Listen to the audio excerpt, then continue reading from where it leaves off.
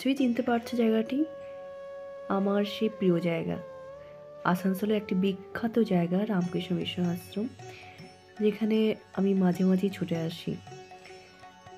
তো তোমাদেরকে আমি আগেও নিয়ে এসেছিলাম এখানে, তবে তখন সন্ধ্যা হয়ে গিয়েছিল, তাই আশ্রমটি জায়গাটি ভালো করে ঘুরিয়ে দেখাতে পারিনি। তো আজকে সন্ধ্যা হওয়ার আগেই চলে এসেছি আমার হাজবেন্ড আর মেয়েকে নিয়ে। এত ভালো লাগে এখানে আসলে, মনটা শান্ত হয়ে যায়। ওই দেখো দূরে সব বাচ্চারা খেলছে, দেখতে পাচ্ছ কি? দাঁড়াও আবার একটু দেখিয়ে দিচ্ছি তোমাদেরকে। এখানে ওই যে ওই দেখো, ওখানে সব বাচ্চারা খেলছে। এদের এত টাইম টেবিল, এখন সব খেলছে ঠিক সন্ধ্যা হওয়ার আগে, মানে সন্ধ্যা আরতির সময় ঠিক সবাই চলে আসে আবার সন্ধ্যা আরতি করার জন্য। এখানে স্কুল রয়েছে, হোস্টেলও রয়েছে। এখানে চাইলে ছেলেদেরকে, মানে যারা ছেলেদেরকে পড়াতে চায় রামকৃষ্ণ মিশন আশ্রমে রেখে তারা পড়াতে পারবে।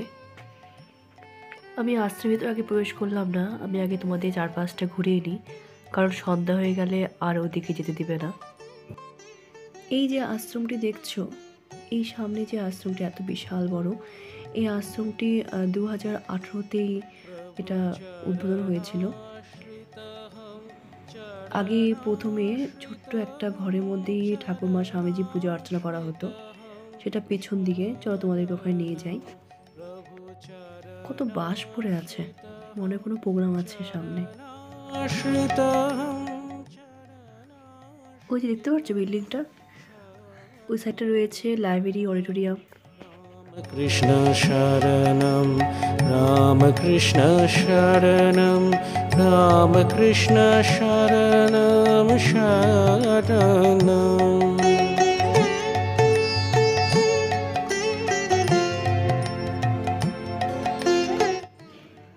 আশ্রমের জায়গাটি বিশাল বড়, অনেক গাছগাছালি ভর্তি।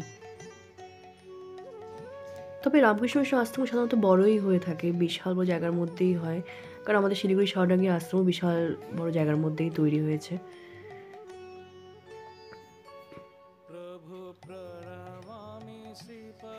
পুচকি ওটা কি সুন্দর দেখো, টুকটুক করে হাঁটছে। শ্রীপদ পঙ্কজম প্রভু প্রণমামি শ্রীপদম প্রণমামি। এটা হচ্ছে আশ্রমের পেছন সাইড, দেখো পেছন সাইডটাও কি সুন্দর।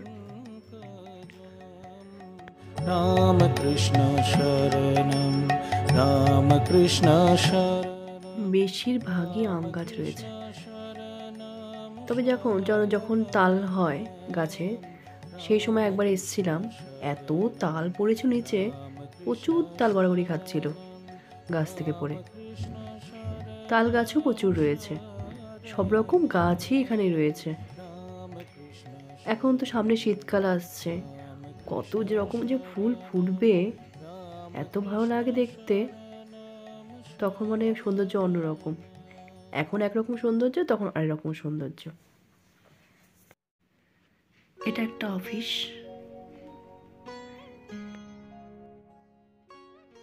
অফিস থেকে একটু এগিয়ে এই সে পুরনো আশ্রম। এটা আগে, এখানে আমরা আগে আসতাম, যখন আমি প্রথম আসানসোলে আসছি তখন আমরা এখানেই আসতাম।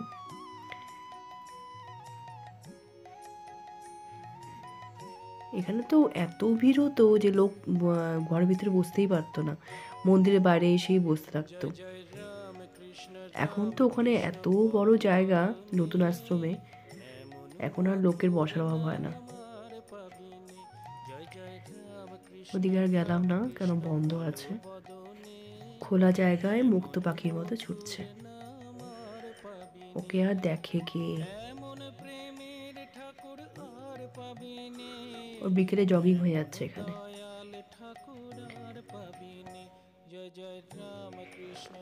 এই যে দেখছো এই রাস্তাটা দিয়ে, এই রাস্তা, এই গাছগুলোর পেছনেই আসানসোল ইঞ্জিনিয়ারিং কলেজ, যেখানে আমার হাজব্যান্ড চাকরি করে। কলেজে যে কোয়ার্টার আছে, সেই কোয়ার্টার ছাদ থেকে আশ্রম দেখা যায়। বিকেলে হাঁটার জন্য দারুণ একটা জায়গা, হাঁটছে।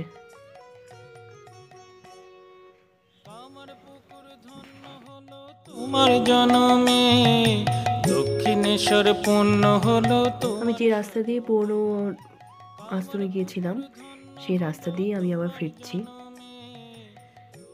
ওই সাইডটা লম্বালো সরাও দিলাম, লেখাই আছে কোথায় কোন দিকে স্কুল কোন দিকে হোস্টেল সব রয়েছে লেখা।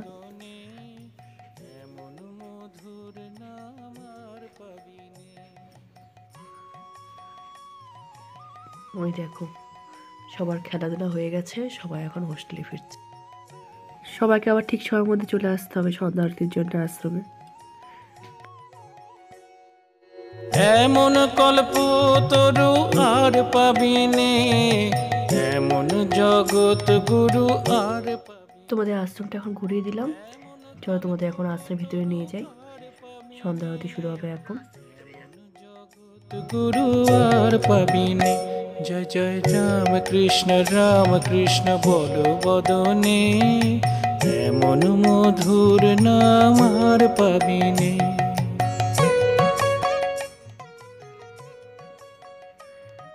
অলরেডি দেখো সব টপগুলো রেডি করে রেখেছে, নতুন নতুন সব ফুল লাগাবে বলে।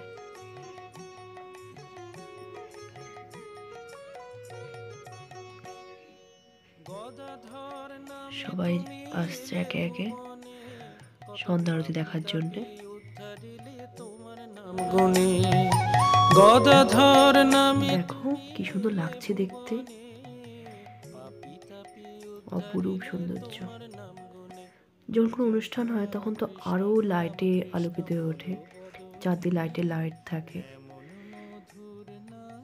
আর পাবিনে,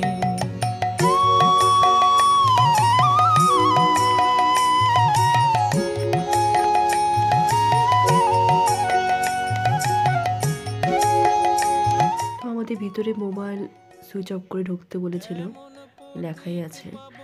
তো আমি মোবাইল তো মিউট করে রেখেছিলাম। কি সুন্দর দেখো ভেতরটা, অনেক জায়গা। ওই দেখো সবাই রেডি, সব বাচ্চারা খেলাধুলা করে এসে ধুতি পরে রেডি। এখন সব একে একে ঢুকলো আশ্রমের ভিতরে সন্ধ্যা আরতি করার জন্য।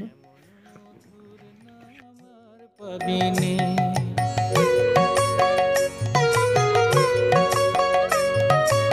সন্ধ্যা আরতি হয়ে গেল,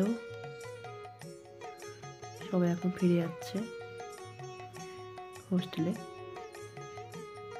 আমি সন্ধ্যা আরতি গানের সময় আমি মোবাইলটা বন্ধ করে রেখেছিলাম। অবতার বরিষ্ঠায় প্রণাম চরণে। খুব ভালো লাগলো, বাতাসা নিয়ে চরণবৃত্ত খেয়ে আমরা এখন ঘরে ফিরবো। তো আমার ভিডিওটি কেমন লাগলো জানিও, ভালো লাগলে এক লাইক করে দিও। কেমন, টাটা। আর পাবিনে তোরা এমন মধুর নাম আর পাবিনে, তোরা এমন মধুর নাম আর পাবি।